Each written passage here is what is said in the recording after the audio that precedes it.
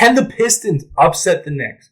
Over the next week, we are going to preview every series. And today, we are starting with Knicks versus Pistons. Later today, I'm going to post the Western Conference 3-6 matchup, Lakers versus Timberwolves. But today, we're going to start with Knicks versus Pistons. So, let's dive into it. The Pistons, after a horrible season last year, only winning 14 games, had a 30-win turnaround, winning 44 games this year. It's been a remarkable story for them. As for the Knicks, it's kind of been a disappointing year because they went all in. They traded 5 first-round picks for Mikal Bridges. They got Karl-Anthony Towns. And their over-under win total was 53.5, and they finished with 51 wins. But it's been somewhat disappointing, so they're really going to need to prove themselves in the playoffs. These two teams met 4 times this year, and the Pistons took 3 of them. The first game was in Detroit on November 1st, and the Knicks won 128-98. The next 2 were played in MSG, where the Pistons took care of business on December 7th and January 13th, winning those respective games 120-111 and 124-119. And then the final game happened a few days ago on the 10th in Detroit, and they won 115-106. So, with the Pistons winning the season series, what are the keys for the actual playoff series? The first key is, can the Knicks match up with the Pistons' athleticism? The Pistons are a young and fast team. They're the 11th youngest team in the NBA, and they love to use their athleticism into their fast breaks, as the Pistons are second in fast break points with 18.5 points per game on fast breaks. Take this possession in their most recent game against the Knicks, where Mikal Bridges misses the layup and Durant gives it to Cade, and Cade delivers a great pass to the sprinty Malik Beasley for an easy dunk. So how are the Knicks going to counter the Pistons' athleticism? Well, it's kind of simple. They are going to take long possessions. Their goal is going to be limiting possessions for the Pistons. Don't let them get on fast breaks. Don't give them the opportunity to out-athleticism them. The NBA classifies a late possession as anything between 7 and 4 seconds left in the shot clock, and then they classify anything between 4 seconds and 0 seconds as very late in a possession. And the Knicks are actually the best shooting team in the NBA in those situations. When the Knicks have 7 seconds or less in the shot clock, they shoot 43.65%, the best mark in the NBA. The second key to this series is who is going to win the three-point battle. Both these teams are bottom 10 in three-point frequency, but here's the thing. Both these teams are very good at defending the three, as both teams are bottom 6 in three-point percentage defense. With both these teams being essentially equal from the three-point line and equally bad defending the three-point line, you gotta think the value of having a big like Karl-Anthony Towns is immensely valuable in this series. The final key to this series is, are the Knicks just going to out-talent the Pistons? As there's a clear talent discrepancy. And we will see in the next segment when I compare the rosters that the Knicks have a clear advantage. And that's known. The Knicks have arguably a top 5 roster in the NBA, while the Pistons, they weren't expected to be here because when you looked at their roster, you would think it's a borderline bottom 15 roster. Everyone knows the saying, hard work beats talent when talent doesn't work hard. And here's the thing, the Pistons are really going to have to rely on that phrase to win this series because they're going to need to outwork the Knicks to win it. So like I said, I'm going to compare the rosters here. And you can see right here that the Knicks killed the Pistons in almost every position, and besides the bench. And here's the thing. I'm going to call Jalen Brunson and Cade Cunningham a wash. Both are an elite player. Cade has really came onto the scene this year, and Brunson did the same last year. I view these guys as roughly the same, but you could give the edge to Jalen Brunson, giving the Knicks a bigger advantage. But I just went, it's basically a wash. The big advantage for Detroit, though, is their bench. Their bench is significantly better than the Knicks. The Knicks have a horrific bench.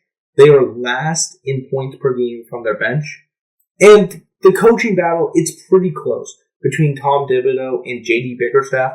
The thing is, I'm going to go Tibbs as the better coach, just because he has a little more experience than Bickerstaff. And Bickerstaff has done a great job with the Pistons, but we've seen his Cavaliers collapse in the past. So I'm going to give the edge to Tom Thibodeau. So who are going to be the X factors in this series? Who are going to be the guys who determine this series? Let's start off with the Knicks. The first X factor for the Knicks is Karl Anthony Towns. After what was an incredible season for Cat, I am scared for the matchup in this series.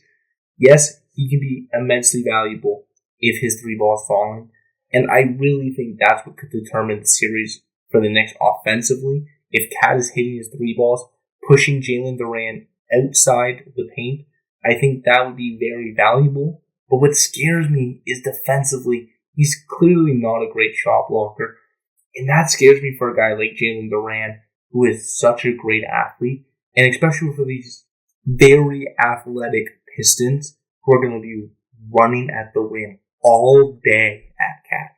And that's the thing for the Knicks. If Karl Anthony Towns isn't playing good defense, it's really worrying because they're going to have to play two big lineups. And if that happens, it's going to create a lot more flexibility for the Pistons. The next big X factor is Deuce McBride. And obviously, it's because of how poor the Knicks bench is. They are, like I said, they are last in points per game from the bench. And if Deuce doesn't perform, there's no other scoring options on the bench for the Knicks. And that's a little bit scary because if he doesn't have a good series, who is the other creator on this Knicks roster? That's a big question mark. So Deuce is going to need to have a good series. And then the final X factors for the Knicks are both backup bigs, Precious Achiuwa and Mitchell Robinson. And mostly Mitchell Robinson because if Cat isn't performing as a rim protector, they do have Mitchell Robinson who they can pivot to, who's a great rim protector. Obviously the injury stuff, and he's barely played this year, and that's worrisome, but he's back healthy, and I could see him be poised to have a great playoff series here. For the Pistons, their biggest X factor is Cade Cunningham. We've never seen him in the playoffs. He could not perform, or he could be a playoff riser. And if he's a playoff riser and he gets matched up in possessions with Jalen Brunson, who's much smaller, I could see him cooking him. So I do like the matchup. It scares me if Josh Hart's on him and the rest of the Pistons guards aren't really good at creating their own shot. Cade is the main shot creator, so it is a little worrying if Cade has a bad series. The next X factor for the Pistons is Malik Beasley. If I told you at the start of this year Malik Beasley was going to finish second in three-pointers made, you would laugh me out the building. But he's been incredible this year. And in a series where three-pointers are going to come at a premium, Malik could have a huge role in how this series plays out. The final X factor is Jalen Duran. And if Jalen Duran uses athleticism against Karl Anthony Towns, he could have a monster series. As the last time he played the Knicks, he went for 18 points, 13 boards in only 25 minutes, and he went 9 for 9 from the field. I could really see Jalen Duran have an incredible series here, especially being matched up against a guy like Cat. And if he has an incredible series, it's going to force the Knicks to play two bigs with Cat on the floor, which will create a lot more flexibility for the Pistons defense if Precious Achiuwa or Mitchell Robinson is on the floor, so Jalen Duran can roam the paint. Okay, so before I give you my official prediction for this series, I just want to talk about Jalen Brunson for a second, because I really haven't yet.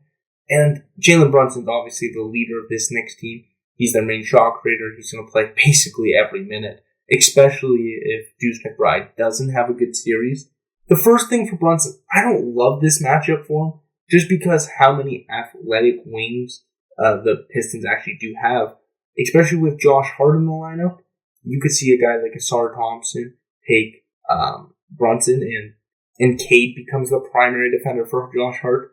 So I don't love that matchup, but I do love Brunson in the clutch, especially against the Pistons, who haven't been that clutch this year. The Knicks, on the other hand, in clutch situations, average the most points per game, and that's because of Brunson's tough shot making. And the other area I do love him in this series is the pick and pop game with Cat. just because that would put Jalen Durant more out to the 3-point line, and that would allow a lot easier spacing against this Pistons team. Okay, so for my final prediction, I'm going to go Knicks in 6. I do really like the Pistons, and when I was thinking about it, when I was starting to write this video, I really thought I was going to take the Pistons to win this series in 6 or 7. It's just, I can't take them. Knicks are way too talented for the Pistons, and they just really match up well against this team. I could definitely see a world where the Pistons win this series. I'm just not bold enough to take that. So I'm going to take the Knicks in 6 based off of how talented they are compared to the Pistons. And that's the main point of concern I have in this series. I just think the Knicks are going to out-talent the Pistons. But I would really love to be wrong because the Pistons story this year has been incredible. Alright guys, if you enjoyed this preview, please check out the rest of them that are going to be posted on the channel. Later today, I'm going to be posting Lakers versus Timberwolves. And I hope you guys enjoy, and like and subscribe.